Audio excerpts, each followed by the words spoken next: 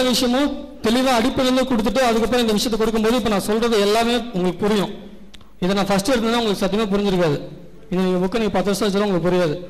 So இப்போ தெளிவாக நான் ஒரு விஷயமா கொடுத்ததுனால உங்களுக்கு எல்லாருக்கும் இப்போ நான் இன்னைக்கு இருக்க போகிற விஷயம் என்ன சொல்கிறேனோ அப்படியே உங்கள் மண்டையில் வரும். ரெண்டாவது, இப்போ இந்த புக்கில் கொடுத்துருக்க விஷயங்கள் எல்லாமே ரொம்ப பவர்ஃபுல்லான ஒரு மெத்தட். இந்த மெத்தட் வந்து நிறைய பேருக்கு வந்து இந்த கிளாஸ் வந்து நான் இன்வைட் பண்ணவே இல்லை, கூப்பிடவே இல்லை. அவங்க மாந்திரிகம்னாலே எல்லாருமே வந்து தப்பான ஒரு கண்ணோட்டம் தான் ஃபர்ஸ்ட் அவங்களுக்கு வருது. இப்போ நடக்கிற இந்த யோகா கிளாஸ்லாம் எடுக்கிறாங்க, தியான கிளாஸ்லாம் எடுக்கிறாங்க, நிறைய இந்த மாதிரி இந்த ஜோதிட கிளாஸ் எடுக்கிறாங்க. எல்லாத்துலேயுமே பார்த்தீங்கன்னா இந்த மாந்திரிகம் தான் பேசிக்காக இருக்குது. என்ன ஒன்றுனா மாந்திரிகம் வெளிப்படையாக போடுறதில்ல. மாந்திரிகம் தான் இது அப்படின்னு யாரும் வெளிப்படையாக போடல. ஒன்று பயம், இன்னொன்னா அவங்களோட பேர் வந்து தப்பாக போகும் மக்கள் அப்படிங்கிறதுக்காக அந்த விஷயத்தையும் மறைச்சிட்டாங்க. இப்போயே மறைச்சு பார்த்தீங்கன்னா இந்த ஜென்ரேஷனில் இப்போ இருக்க கட்டத்தில் யாரெல்லாம் இப்போ இங்கே இருக்கீங்களோ அவங்க எல்லாத்துக்குமே பார்த்தீங்கன்னா இந்த ஒரு கலைனாலே ஒரு சேவனை வைக்கிற கலை, இது வந்து ஒரு வசியம் பண்ணுற கலை, இதை வந்து கற்றுட்டா குடும்பம் அலைஞ்சிடும், குடும்பம் நல்லா இருக்காது, அது இதுன்னு சொல்லி ஏகப்பட்ட விஷயங்கள் இது வந்து வந்து வந்து வந்து கடைசியிலேயே இந்த மாந்திரியமே கம்ப்ளீட்டாக இப்போ இல்லை. எனக்கு தெரிஞ்சு இங்கே மாந்திரிகம் பண்ணுறவங்களே எனக்கு தெரிஞ்சு இல்லை. அரைவரையாக பண்ணிட்டு இருக்கிறவங்க சில பேர் இருக்காங்க. எனக்கு தெரிஞ்சு தெளிவாக முழுமையாக இங்கே மாந்திரிகம் பண்ணுறவங்க ஒருத்தர் கூட கிடையாது. அதனால இந்த கலை என்னுடைய போயிடக்கூடாது. இது என்னோட பெட்டியோடவே இல்லை வந்து நாளைக்கு நான் சொன்ன மாதிரி முன்னாடி எனக்கு பயம் வந்துருச்சு. சப்போஸ் நம்ம நாளைக்கு செத்து போயிட்டோம் அப்படின்னா இந்த கலையை யார் சொல்லிக் கொடுப்பா அப்படின்ற பயம் வந்துருச்சு. ஸோ இது இல்லை உண்மையான விஷயம். நான் நாளைக்கு என்ன நடக்குதுன்னு சொல்ல முடியாது. இன்னைக்கு பயிற்சி எடுக்கல அப்படின்னா இல்லை இந்த விஷயம் உங்களுக்கு தெரிஞ்சிருக்காது. ஒரு நான் பயிற்சி எடுக்காம விட்டேன், நம்மளே வேலையை பார்த்துட்டு போயிட்டேன் அப்படின்னா இது என்னோட பெட்டியாக போயிடும். எங்கள் வீட்டில் என்ன பண்ணுவாங்கன்னா எல்லாத்தையும் எடுத்து தண்ணியில் விட்டுருவாங்க, இல்லைன்னா என்னோட சமாதியில் போட்டு போச்சிருவாங்க. அவ்வளோதான் செய்வாங்க. இதை பற்றி அவங்களுக்கும் தெரியாது.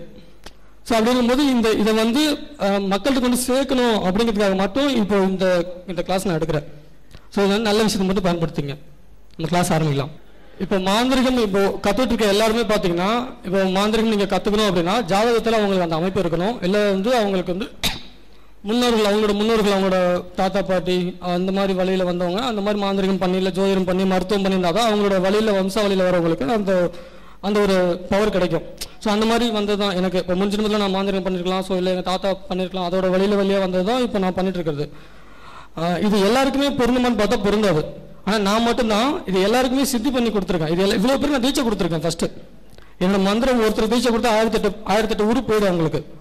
ஸோ அங்கே ஒவ்வொருத்தருக்கும் 1008 ஊர் நான் பவர் கொடுத்துருக்கேன். அதனால இங்கே எல்லாத்துக்குமே மாந்திரிகம் ஒரு சிலருக்கு வரும், ஒரு சிலர் ஜாதக ரீதியாவோ இல்லை அவங்க வம்சாவளியிலே வராது, அவங்க அந்த பிராப்தமே இல்லை அப்படின்னா கூட அவங்களுக்கு அதை வந்து ஆக்டிவேட் பண்ணி கொடுத்துருக்கேன். அந்த விஷயம் அவங்களுக்கு கிடைக்கணும், அந்த சக்தி கிடைக்கணுங்கிறதுக்காக என்னோட பவரை அவங்களுக்குள்ள இறக்கி விட்டுருக்கேன். ஒவ்வொருத்தருக்குள்ளேயும் இங்கே யாரெல்லாம் என்கிட்ட தீட்சை வாங்கிருக்காங்களோ எல்லாத்துக்குள்ளுமே என்னோட பவர் வந்து ஆக்டிவேட் ஆகிட்டே இருக்கும். அதனால இங்க இருக்கிற எல்லாத்துக்குமே வந்து மாந்திரிகம் சித்தியாகும். என்ன ஒன்று சில தடைகள் வரும். தடைகளை மீறி நான் நிறைய போன கிளாஸ் சொல்லிட்டேன். அந்த நிறைய நம்பிக்கை, தெய்வ நம்பிக்கை இருக்கணும், மந்திர நம்பிக்கை இருக்கணும், குரு நம்பிக்கை இருக்கணும். ஸோ இதெல்லாம் இருந்து அது ப்ராப்பராக பண்ணுறோம். நான் சொன்னதை 100% நீங்கள் பண்ண வேணாம், 20% பண்ணுங்க போகும். நான் சொன்னது அப்படி நடக்கும்.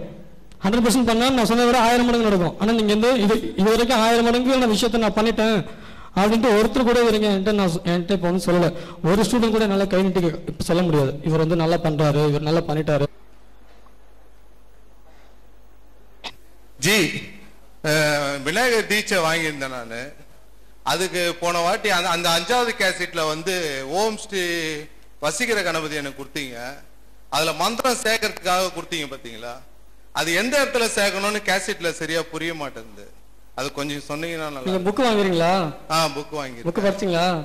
படிச்சேன் ஜி. இருந்தாலும் நீங்க சொல்றது கரெக்டா. நீங்க சொல்ற புக்ல ஃபர்ஸ்ட் பேஜே ஒரு மந்திரத்துல பேர் எப்படி சேர்க்கறதுன்னு தான் கொடுத்திருக்கேன். இல்ல ஜி, அது கரெக்ட் நீங்க சொல்றது.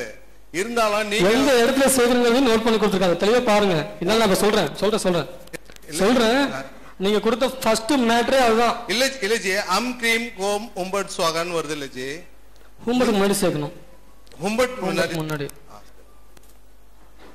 ஓகே, நம்ம பயிற்சிக்கு போயிடலாம்.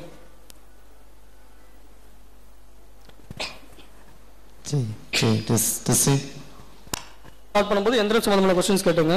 மூலிகை, மை, தந்திராஸ் இந்த மாதிரி விஷயங்கள் கேட்கும்போது அதுக்குண்டான கொஸ்டின் அந்தந்த டைம் கேட்டாதான் அது அவங்களுக்கு புரியும். ஸோ அது வந்து நான் அந்த டைமில் கேட்டுங்க. நான் ஃபஸ்ட் நான் ஸ்டார்ட் பண்ணிடுறேன். சரி, முக்கியம் விடிஞ்சாலும் பரவாயில்ல, நான் முடிச்சு தான் எடுத்துகிட்டு போகணும். நான் ஹலோ 14வது பக்கத்துக்கு வந்துருங்க. விநாயகர் சக்கரம் ஒன்று உங்களுக்கு கொடுத்துருப்பேன். சரி சரி எடுத்தாச்சா எல்லாரும்? சரி டெஸ் சரி சரி டெஸ் டெஸ் டெஸ் சரி வந்தாச்சா? 14வது பக்கத்தில் இந்த விநாயகரோட சக்கரம் வந்து நீங்கள் செப்பு தகடு இல்லை பஞ்சலோக தகடு இல்லைன்னா வெள்ளித்தகடு இதில் தான் வரைஞ்சி அமாவாசையில் பௌர்ணமி இல்லை விநாயகர் சதுர்த்தி அன்னைக்கு என்ன செய்ய சொன்னாலும் வரைஞ்சிக்கலாம். இல்லை பேப்பரில் நீங்கள் வரைஞ்சிக்கலாம். இது வரைஞ்சிட்டு யாருப்பா சைடில் பேசிட்டு இருக்குது? ஸோ இதை வரைஞ்சிட்டு கேட்கலையா? புரியலையா? எவ்வளோ தூரத்தில் கேட்காது பேசுறது. இப்போ கேட்குதாண்ணா? இப்போ கேட்குதா? எனக்கு கேட்குது. நான் பேசுறது எனக்கு கேட்குது. உங்களுக்கு எப்படி கேட்குறோம்?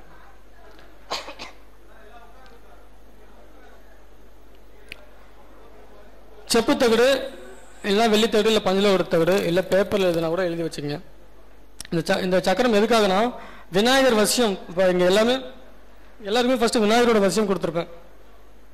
அந்த விநாயகர் இது எழுதி வச்சாலே இந்த விநாயகர் சீக்கிரம் சித்தி ஆகிடும். அதுக்காக தான் இந்த சக்கரம் உங்களுக்கு கொடுத்துருக்கேன். இப்போ இது உள்ள இருக்க லெட்டர் எல்லாமே தமிழில் கொடுத்துருப்பேன் உங்களுக்கு. அதாவது தமிழ் இந்த ராகு கேது சனி இதெல்லாமே தமிழில் இருக்கும். போன கிளாஸில் வந்து இந்த ஒவ்வொரு கிரகங்களுக்கும் ஒரு நட்சத்திரம், அந்த நட்சத்திரம் கிரகம். ஆனால் இங்கே நான் ஆரம்பத்தில் சொல்லியிருப்பேன், இந்த மந்திரம் ஜபம் 90 நாள் தொடர்ந்து ஜபம் பண்ணுறவங்களுக்கு ஜாதகம் வேலை செய்யாதுன்னு. ஆனால் 90 நாள் இங்கே ப்ராப்பராக பண்ணவங்களும் யாருமே கிடையாது. ஸோ அதனால் அவங்களுக்கு வந்து கேட்கலையா? பின்னாடி இன்னும் கேட்கலங்கிறாங்க, நீங்கள் கேட்குதுங்கிறீங்க. ஓகேவா? இப்போ கேட்குதா? அவங்களோட கர்மா தான் அதை முடிவு பண்ணுது.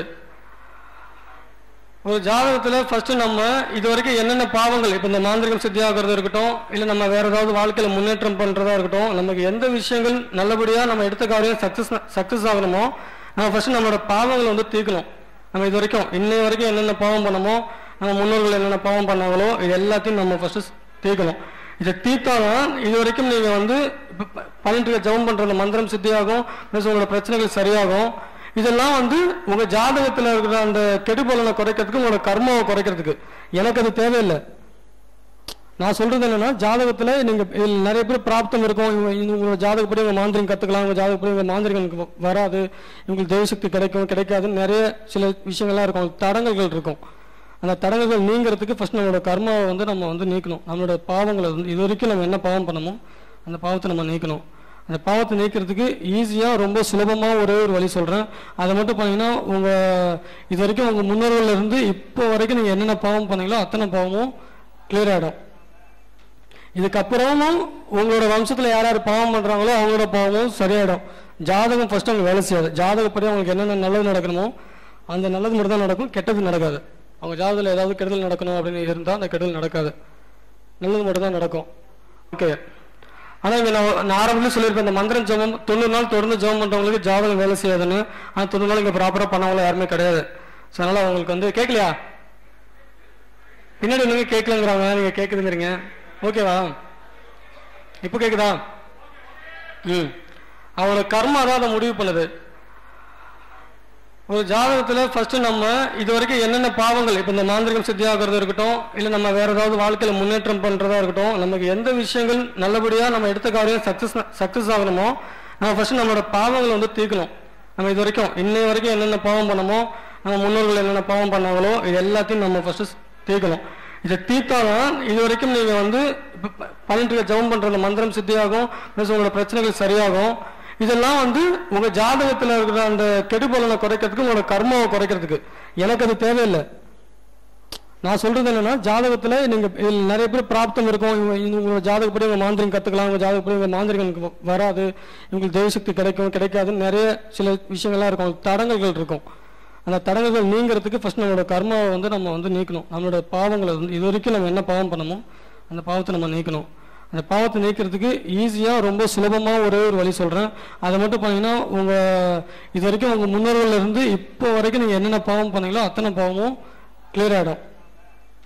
இதுக்கப்புறமும் உங்களோட வம்சத்தில் யார் யார் பாவம் பண்ணுறாங்களோ அவங்களோட பாவமும் சரியாயிடும். ஜாதகம் ஃபர்ஸ்ட் அவங்க வேலை செய்யாது. ஜாதகப்படி அவங்களுக்கு என்னென்ன நல்லது நடக்கணுமோ அந்த நல்லது மட்டும் தான் நடக்கும், கெட்டது நடக்காது. அவங்க ஜாதகத்தில் ஏதாவது கெடுதல் நடக்கணும் அப்படின்னு இருந்தால் அந்த கெடுதல் நடக்காது, நல்லது மட்டும் தான் நடக்கும். இந்த வில்லு விருட்ச பரிகாரம்னு சொல்லி சிவன் கோயிலில் வில்லு செடி நட்டு வைக்கிறத பற்றி நான் நிறைய பேர் சொல்லியிருப்பேன். இருந்தாலும் திரும்ப நான் அதை தெளிவாக சொல்லிடுறேன். ஏதாவது ஒரு நாள் உங்களுக்கு எப்போ முடியுதோ அப்போ வந்து ஒரு வில்ல விதை வாங்கி கொஞ்சம் ஒரு 5 விதை இல்லை 10 விதை வாங்கி ஒரு தொட்டியில் போட்டு வளர்த்துக்குங்க. இல்லை அப்படின்னா வில்வ செடி கிடைச்சா செடியை வாங்கிக்கலாம். இது வந்து சிவன் கோயிலில் ஏதாவது ஒரு அமாவாசை பௌர்ணமி இல்லைன்னா நீங்கள் பிறந்த நட்சத்திரம், உங்கள் நட்சத்திரம் வரும் இல்லையா, நீங்கள் என்ன நட்சத்திரமோ அந்த நட்சத்திர நாளில் உங்களோட ஏதாவது ஒரு சிவன் கோயிலில் அந்த வில்வ செடியை வந்து நட்டு வச்சுருங்க. நட்டு வச்சிட்டிங்கன்னா அந்த செடி ஒரு இலை துள்ளி விட்டாலும் உங்களோட ஒரு ஜென்மத்தோட பாவம் வந்து சரியாயிடும். ஒரு இலைக்கு கோயிலில் வைக்கணும்.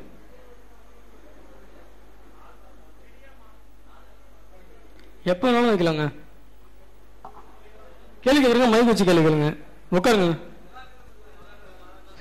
மைக் வச்சு கேளுங்க. நீங்கள் யாராக இருந்தாலும் மைக் வச்சு கேள்வி கேளுங்க. பர்சன்ட் பேருக்கு எல்லாருக்குமே சித்தி தான் ஆகிட்டு இருக்கு. எல்லாமே கரெக்டாக தான் போயிட்டு இருக்காங்க.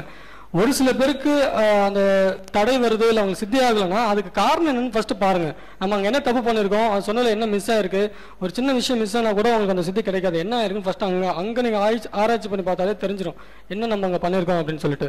ஸோ இருந்தாலும் எல்லாருக்குமே ஒட்டுமொத்தமாக நான் சொல்ல வேண்டியது இப்போ என்ன அப்படின்னா, இந்த வில்வ செடி வைக்கிறது தான். இந்த வில்வ செடி வளர்ந்ததுக்கப்புறம் அந்த ஒரு குறிப்பிட்ட அளவு அந்த மரம் வளர்ந்ததுக்கப்புறம் அந்த மரத்துலேருந்து அந்த வில்வ இலையை பறித்து எப்போ அந்த கோயில் சிவனுக்கு வந்து அந்த வில்வத்தால் அர்ச்சனை பண்ணுறாங்களோ அன்னையிலேருந்து உங்கள் வாழ்க்கை வந்து கோடீஸ்வரர் நிலைமைக்கு மாறிடும். ஏன்னா ஒரு வில்வம் வந்து 1000 தங்க வில்வத்துக்கு வந்து சமம். ஒரு வில்வ இலை 1000 தங்க வில்வம், தங்கத்தால் வில்வம் செஞ்சால் 1000 வில்வத்தில் நம்ம தங்கத்தில் கொண்டு போய் வச்சாலும் ஒரு வில்வத்துக்கு ஈடாகாது. அந்தளவுக்கு ரொம்ப சக்தி வாய்ந்த ஒரு பூஜை முறை இது. அதனால என்னைக்கு நீங்கள் அந்த சிவனுக்கு வந்து அந்த வில்லம் உங்களுக்கு பண்ண ஆரம்பிச்சிட்டாங்களோ அன்னையிலேருந்து உங்களுக்கு கோடீஸ்வர யோகம் கிடைக்க ஆரம்பிச்சிடும். இப்போ நான் சொன்ன விஷயம் ரொம்ப ரொம்ப ரொம்ப ஈஸியான ஒரு சின்ன ஒரு பரிகாரம் தான். இதை கூட உங்களை யாராலையும் பண்ண முடியலன்னா கண்டிப்பாக நான் ஒன்றுமே பண்ண முடியாது. 2 இல்லை அப்படின்னா அமாவாசை அன்னைக்கு ஓடுற ஆற்று தண்ணி, ஏதாவது ஒரு தண்ணி, எந்த ஆற்று தண்ணியும் எடுத்துங்க. ஓடுற ஆற்று தண்ணி, அதில் வந்து ஒரு கைப்பிடி வில்வ இலை இதை போட்டு அந்த தண்ணியில் வந்து சிவனுக்கு அபிஷேகம் பண்ணணும். அமாவாசை அன்னைக்கு அபிஷேகம் பண்ணிவிட்டு அதே தண்ணியை அந்த அபிஷேக பலியில் வரும் அந்த தண்ணியை பிடிச்சி அந்த தண்ணியில் வந்து குளிக்கணும். அன்னைக்கு அமாவாசை அன்னைக்கு அதை குளிக்கணும். குளிச்சிங்கனாலும் நீங்கள் கிட்டத்தட்ட ஒரு காசில் போய் ஒரு 1000 முறை குளிச்சுட்டு இருந்தீங்கன்னா என்ன உங்களுக்கு அந்த புண்ணியம் கிடைக்குமோ அந்த புண்ணியம் கிடைக்கும். உங்களோட பாவங்கள்லாம் அதோட கழிஞ்சிடும். இது அமாவாசைக்கு பண்ணலாம். இல்லை இன்னொரு வழியும் சொல்லிடுறேன். இங்கே யாருக்கா அந்த ஸ்டேஜில் கங்கை தண்ணி இருக்கா பாக்கெட்டு, அதை கொண்டு சொல்லுங்கள்.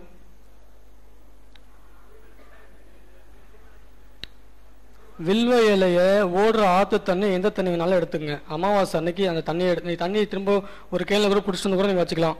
தண்ணி எடுத்துட்டு வந்து வச்சுட்டு அந்த தண்ணியில் வந்து ஒரு கைப்பிடி அளவு வில்வம், இல்லை எவ்வளோ உங்களால் வில்வம் சேர்க்க முடியுமோ அந்த வில்வத்தை வந்து அந்த தண்ணியில் போட்டு அந்த தண்ணி வில்வம் அப்படியே எடுத்து சிவனுக்கு அபிஷேகம் பண்ணணும். சிவனுக்கு அபிஷேகம் பண்ணிவிட்டு அதை வந்து நீங்கள் அந்த அபிஷேக வழியில் வர தண்ணியை பிடிச்சி நீங்கள் குளிக்கணும். திரும்ப குளிக்கணும், தலையில் ஊற்றி குளிக்கணும். குளிச்சிட்டிங்கன்னா நீங்கள் 1000 முறை காசிக்கு போனப்போ அந்த புண்ணியம் கிடைக்கும். நீங்கள் காசிக்கெல்லாம் ட்ரெயின் பிடிச்சி பஸ் பிடிச்சலாம் போகணும், இங்கேயே செஞ்சிடலாம்.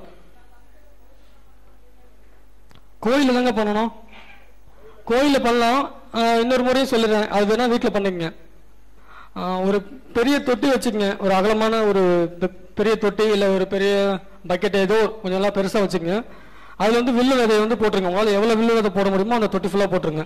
ஒரு 10 செடி முளைச்சாலும் சரி, இல்லை 20 செடி முளைச்சாலும் சரி, 50 செடி முளைச்சாலும் சரி, 100 செடி முளைச்சாலும் சரி, எவ்வளோ செடினாலும் முளைக்கிட்டோம். அதில் அது கொஞ்சம் முளைச்ச ஒரு இன்ச் அளவுக்கு முளைச்சதுக்கப்புறம் அந்த செடி இருக்கிற அந்த தொட்டியில் வந்து ஒரு சிவலிங்கத்தை வச்சிருங்க. சின்ன லிங்கம், ஸ்படிகமோ இல்லை கல்லுலையோ இல்லை பித்தளையிலையோ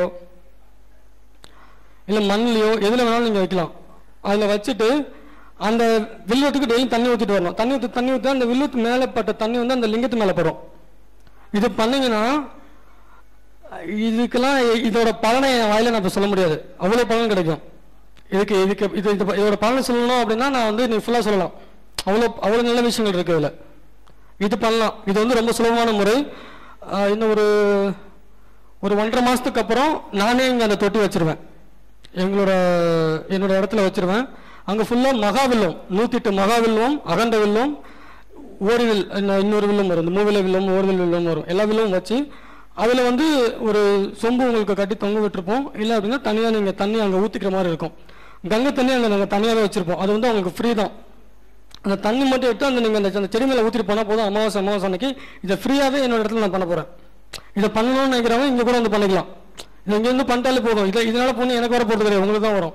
ஸோ இது வந்து நீங்கள் அந்த மாதிரி பண்ண முடியாதாங்க, இங்கே வந்து பண்ணிக்கலாம். இதை விட சுலபமான கர்ம வினை நீக்கிறதுக்கு இந்த உலகத்தில் வேற எந்த பரிகாரமுமே கிடையாது.